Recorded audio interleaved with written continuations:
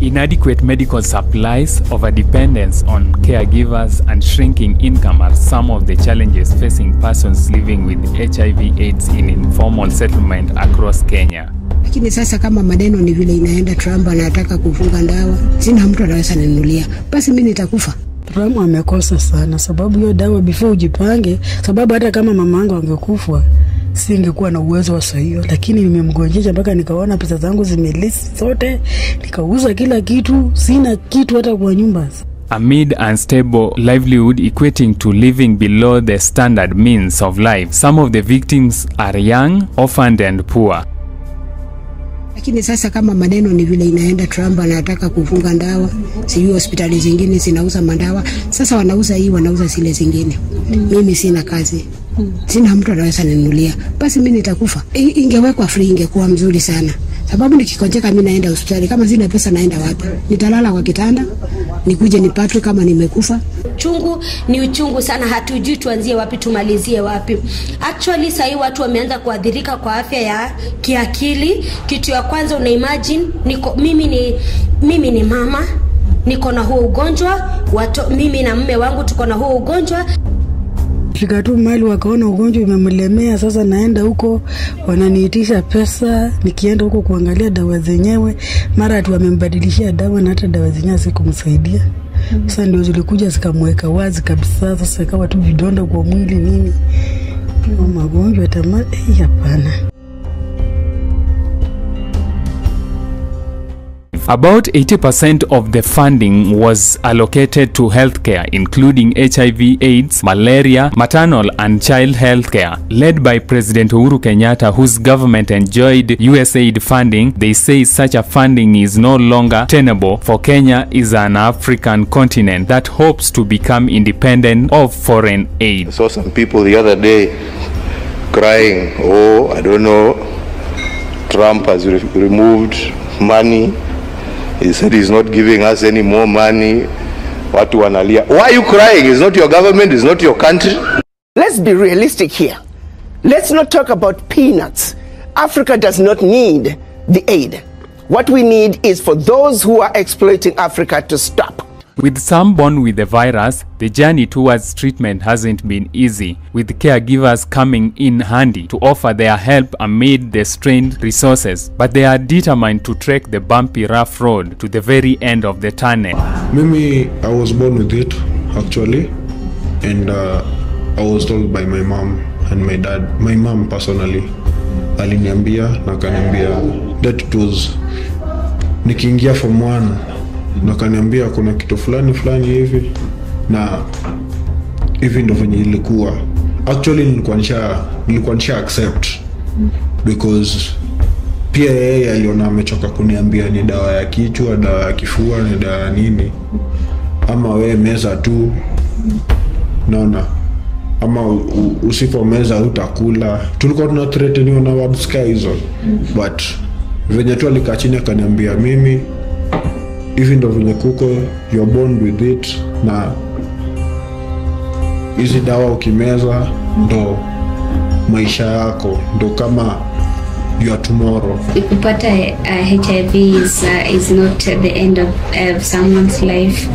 You just have to accept yourself and move on. Because before hata mimi nilijua what was happening, because kuna konga na point of disclosure, and I was taking drugs not knowing nachukua dawa za nini. Ile tunaambiwa nachukua dawa za kifua, hujui ni za nini.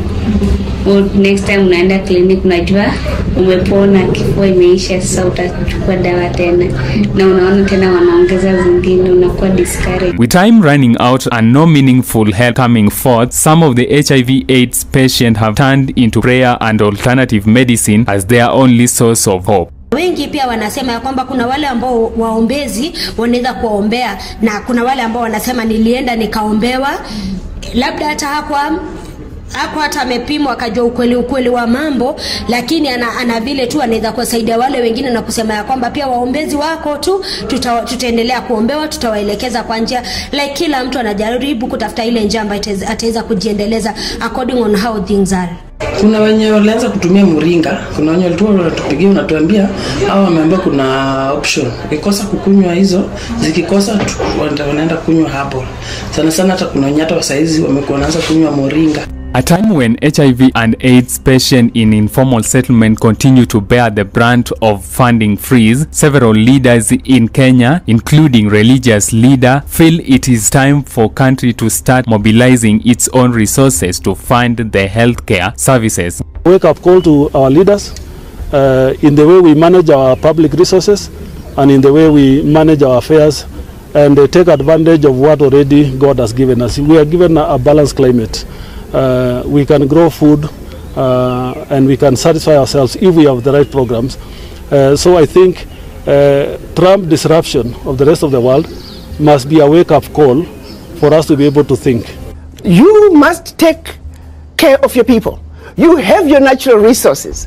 You have everything you need to take care of your people. Why do you continue to be beggars? Look at what is being brought in by not only USAID, but all the NGOs in your country. It's peanuts. It's a joke that the African leaders should continue to be beggars of peanuts when you are looking and allowing billions to get out of your country year in and year out, if not trillions, in natural resources that your people should be benefiting from. It is a wake-up call for African leaders.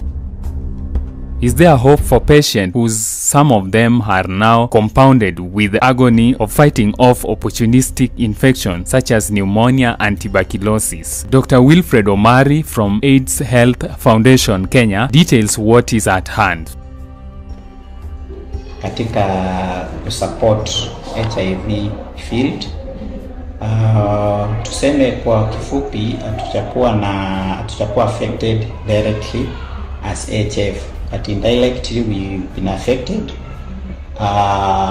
There has been an increase of anxiety among our clients, wakihofu kwamba huenda dawa zikaisha mapema. Sijaona scenario whereby client amekuja akakosa dawa. Ni ile tu perspective na news yenye watu walichukua bila kuambiwa. As long as Trump ameenda, but kuna zile bado madawa ziko zinafaa kufanya nini? Feeling the heat of USAID freeze, Kenyan government, which announced commitment to ending HIV/AIDS by 2030 as a public health threat, promised to appeal the decision by American President Donald Trump, but until now, that remains a mirage. One of the first things we want to do as Kenya is to appeal to the United States that do not, this is one of the areas where there should be a waiver, so that the humanitarian aspect of support to the needy is not curtailed. As the victim looks forward for a better day to come, the question is, will the US government review its decision to freeze the USAID funding? At the end of it all, HIV and AIDS patients and Kenyans at large who cares about the matters of health will be eager to know whether the Kenyan government has figured out an alternative sources of funding to boost the 172.6 billion allocated for the Ministry of Health for the financial year 2025-2026 as detailed in the budget policy statement. The thousands of HIV/AIDS patients in informal settlement awaits the answer. Roger Soduor, Ghetto Radio.